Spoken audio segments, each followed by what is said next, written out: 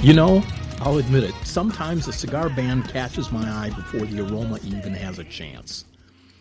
That's exactly how I found myself sitting on my porch one golden afternoon, turning a Deadwood Sweet Jane over in my fingers. She's got that sultry, almost mischievous smirk, part pinup, part gothic queen, her eyes promising something equal parts dangerous and delightful. As I clipped the cap and toasted the foot, I realized I wasn't just lighting a cigar.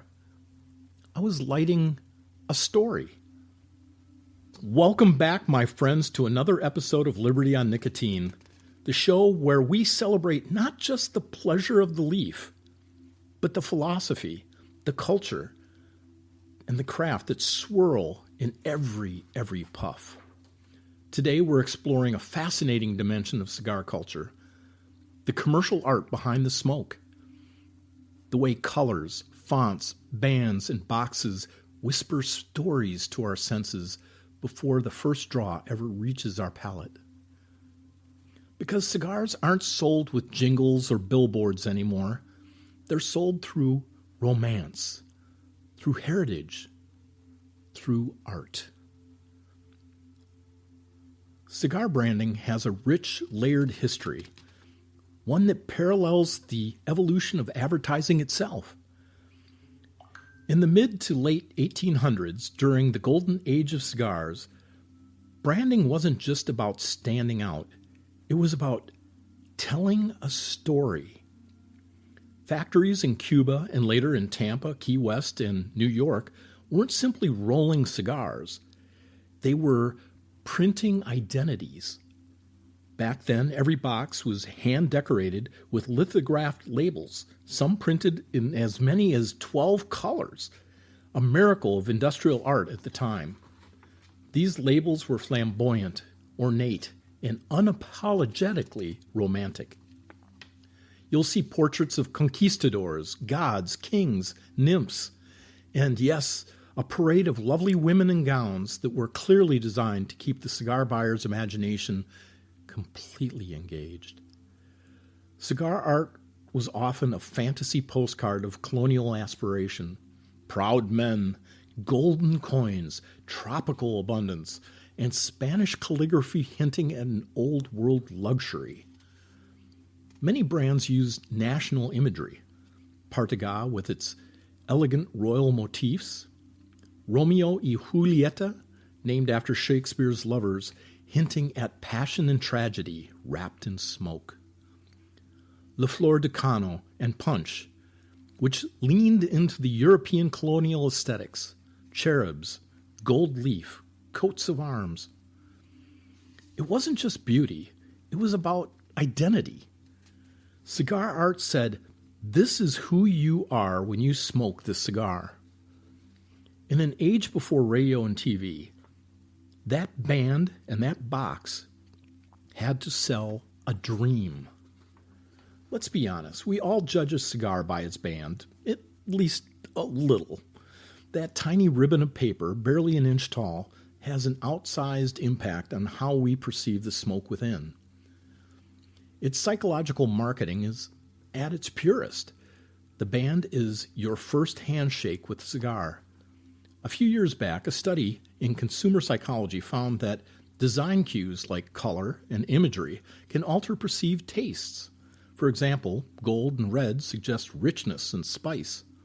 Black suggests strength and boldness. Blue conveys smoothness and calm. Cigar makers have mastered this language. A Monte Cristo band, cream and gold, whispers of sophistication and reliability. A Caldwell cigar, that band has its edgy, almost rebellious art, speaks to the modern smoker looking for something disruptive and intellectual. Arturo Fuentes' Hemingway series, with that deep red and gold filigree, practically drips with heritage and craftsmanship. When we see those bands, we're not just drawn to the cigar, we're drawn to a feeling. The art might suggest the flavor, or more often, it suggests the experience you want to have. A cigar with a bright, playful label might invite you to enjoy it with a friend and some laughter. A dark Baroque band might belong to the introspective night smoker with a glass of port and a record spinning slow blues. And that's the magic of cigar art. It doesn't just market to us, it celebrates with us. It sets the stage for the ritual. Let's take a tour through some of the most iconic artwork of branding in the cigar world, pieces that have become almost cultural shorthand for quality, legacy, and attitude. Cohiba, perhaps the most globally recognized brand, that bold yellow and black checkerboard design, created in the 1960s under Fidel Castro's government, symbolized both luxury and revolution. The name Cohiba itself comes from the Tiano word for tobacco. Its minimalist aesthetic was groundbreaking. No gods, no ladies, just authority and modern power. Monte Cristo, with the crossed swords and fleur-de-lis, Monte Cristo's branding evokes adventure and aristocracy. Inspired by Alexandre Dumas' novel The Count of Monte Cristo, which was reportedly a favorite reading material for the cigar rollers of Havana. Arturo Fuente? Well, Fuente is an Art Deco meets tradition. Ornate fonts, deep reds, greens, and golds. The FF crest with the Fuente lion are instantaneously recognizable. Fuente's design aesthetic is as much about legacy as it is about refinement. Liga Privada. The crown and lion motif of Drew Estate's Liga Privada No. 9 and T52 series has become a cult symbol among cigar enthusiasts. The design is rugged, almost regal industrial, suggesting a strength and a secrecy. The Deadwood Tobacco series, again with Drew Estate. The aforementioned Sweet Jane, Fat Bottom Buddy, and Crazy Alice, each bearing a femme fatale illustrated with comic book flair and Day of the Dead undertones. These characters didn't just brand cigars, they created a narrative universe. These pieces of art don't just sell cigars, they tell cigars. They represent the entire philosophies of smoking. Of course, not all cigar art aims for solemnity. Some aim for a wink, a grin, or outright provocation. Take Room 101 cigars from Matt Booth, whose background in jewelry and design led him to create bands that look like rebellious tattoo art. Or Caldwell's The King of the Dead, with its surreal collage-like aesthetic that could hang in a modern art gallery. Then there's Lunatic Cigars from JFR, with an oversized, bold typography and celestial design that practically shouts, "Go big or go home." Let's not forget the humorous Leaf by Oscar, where the cigar itself is wrapped in a raw tobacco leaf, making first-time buyers think that they've been scammed. It's part prank, part genius marketing. Even Lost and Found Cigars, another Caldwell project, takes discarded or forgotten blends and wraps them in irreverent, tongue-in-cheek artwork like pop art colliding with nostalgia. These designs tap into something deeply human, the need for individuality.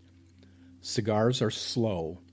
They're deliberate, but their artwork can be playful, ironic, even subversive. It's a reminder that even in a traditional craft, there's room for wit. One often overlooked piece of the story is the artistry itself, the illustrators, the lithographers, the designers who gave these brands their visual soul.